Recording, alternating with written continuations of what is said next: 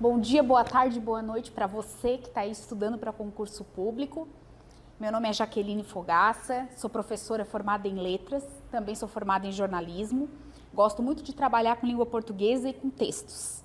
Hoje eu trouxe para vocês um conteúdo, especialmente para o pessoal que vai fazer o concurso da Guarda Municipal de Itanhaém, São Paulo. A gente vai estar falando hoje de concordância nominal. Então, quando a gente fala de concurso público, dificilmente escapa em qualquer prova questões de concordância nominal e verbal. Hoje nós vamos começar pela nominal. O que é a concordância nominal? Por que ela é diferente da verbal?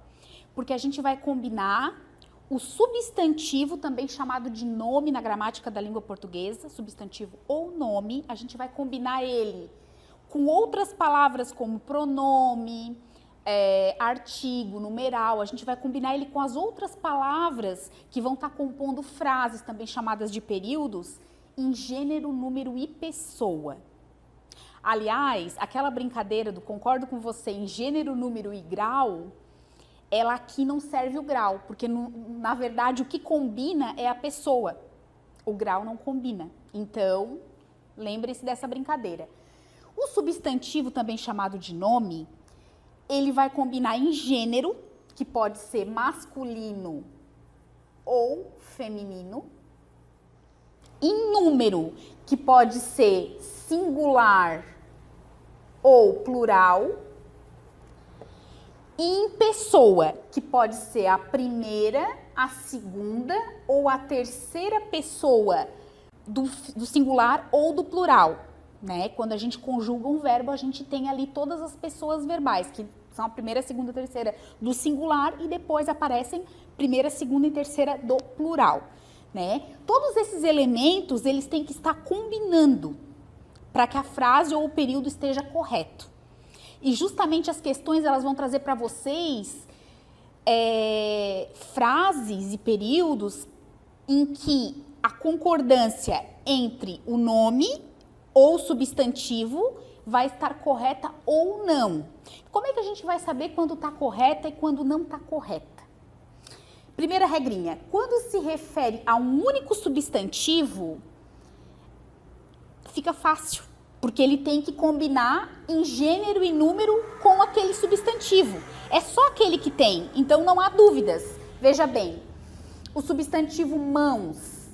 As mãos trêmulas denunciavam o que sentia. A pessoa estava com as mãos trêmulas, né? E aquilo ali demonstrava que tipo de emoção a pessoa tinha. Onde é que está a concordância nominal aqui? O trêmulas, que é um adjetivo, está concordando com a palavra mãos, que é substantivo. Porque se tivesse no singular aqui, que não combinasse plural com plural, veja como ficaria. As mãos trêmulas denunciavam o que se sentia. Então, a gente já percebe o erro de concordância nominal se não coloca plural com plural. Nesse sentido aqui, fica muito fácil de identificar, porque é um único substantivo. Mas e quando é mais um adjetivo? Então, assim, quando o adjetivo se refere a vários substantivos, a concordância pode variar. Aí, cada caso é um caso, porque aqui nós tínhamos só um substantivo. O adjetivo concordava, gênero e número, pronto. Mas, e se o adjetivo estiver anteposto aos substantivos? Como é que a gente vai fazer? Ele vai concordar em gênero e número também com o substantivo mais próximo. Por exemplo, encontramos caídas as roupas e os prendedores. Imagina lá na lavanderia, roupas e prendedores caídos. Alguém falou que encontrou. Quais são os substantivos aqui? Roupas e prendedores. Como é que eles foram encontrados? Era um elemento só? Não, não era um elemento só, porque tinham as roupas e os prendedores. Então, aqui, ó, o S do plural, a palavra caídos, né? Precisa estar no plural. Combinou com o que estava mais próximo em gênero. Olha aqui, ó. Como eram roupas, e roupas é substantivo feminino, as roupas, então caídas tem que combinar com roupas. Então, concurseiro, e quando o adjetivo for posposto ao substantivo, ou seja, quando ele aparece depois? A palavra posposto dá essa indicação de que vem depois, né? Então, a gente vai concordar o substantivo ou com o mais próximo, com a palavra mais próxima, ou com todos. Como é que fica? Nessa frase, por exemplo, aqui, olha a quantidade de opções. A indústria oferece localização e atendimento perfeito. Por que a gente usaria o perfeito nesse caso? Porque estaria combinando com o atendimento, com a palavra atendimento, que é masculina, o atendimento. Mas e se eu quiser combinar com a palavra localização, que é feminina, a localização? Então, a gente trocaria de lugar. A indústria oferece atendimento e localização perfeita, né? Ou combina, então, com o mais próximo, ou combina com os dois. Então, como é que a gente vai fazer nesse caso aqui para combinar com os dois, né? A gramática é meio machista nesse caso, fica sempre no masculino, né? Então, a indústria oferece localização e atendimento perfeitos. E se fosse ao contrário? E se fosse assim? A indústria oferece atendimento e localização perfeitos. Tá certo? Tá certo. Como vocês podem ver aqui, dá para combinar perfeito, perfeita, e a palavra perfeitos aqui mostra que, duas vezes colocada ali, mostra que tanto faz a localização ou o atendimento na frente ou atrás, dá para colocar assim, perfeitos. Por quê? Porque a gramática tende a combinar no masculino, nesse caso. E sem esquecer que o perfeitos aqui já coloca também a concordância no plural. Porque o que tem que estar perfeito é a localização e o atendimento. São duas coisas, por isso no plural. E agora, gente, se as expressões forem formadas pelo verbo ser mais o adjetivo, como é que fica? Bom, aí o adjetivo fica no masculino, singular, não falei da brincadeira do machista? Fica no masculino singular, e se o substantivo não for acompanhado por nenhum modificador, observem aqui. Água é bom para a saúde. Embora a palavra água seja feminina, como ali o adjetivo vai ficar no masculino, que diz a regra, dá para colocar que água é bom para a saúde. Mas e se tiver algum modificador aí nessa frase, como por exemplo o pronome esta? Como é que vai ficar? Bom, aí esta água é boa para a saúde, porque daí ela obriga o boa, que é o adjetivo, a combinar com o substantivo água, justamente porque tem aqui esse modificador, conforme diz a regra aqui. Então, concurseiro, e quando o adjetivo concorda em gênero e número com os pronomes pessoais a que ele se refere? Como é que fica isso na frase? Juliana as viu ontem muito felizes. Por que felizes? Porque ela as viu ontem. Então, aqui, ó, concordância, plural com plural, né? Ela as viu felizes. Então, feminino com feminino, né? Lembrando novamente, essa regra diz, o adjetivo concorda em gênero e número sempre com os pronomes pessoais a que ele se refere, né? No caso, as viu, o as pronome. E nas expressões formadas por pronome indefinido neutro? Nesse caso, nada, por exemplo, algo, muito, tanto e etc. Tem outros, né? Quando as expressões são formadas com esses pronomes, então a gente, mais a preposição de, mais o adjetivo, a gente vai utilizar a concordância no masculino singular. Lembra da brincadeira?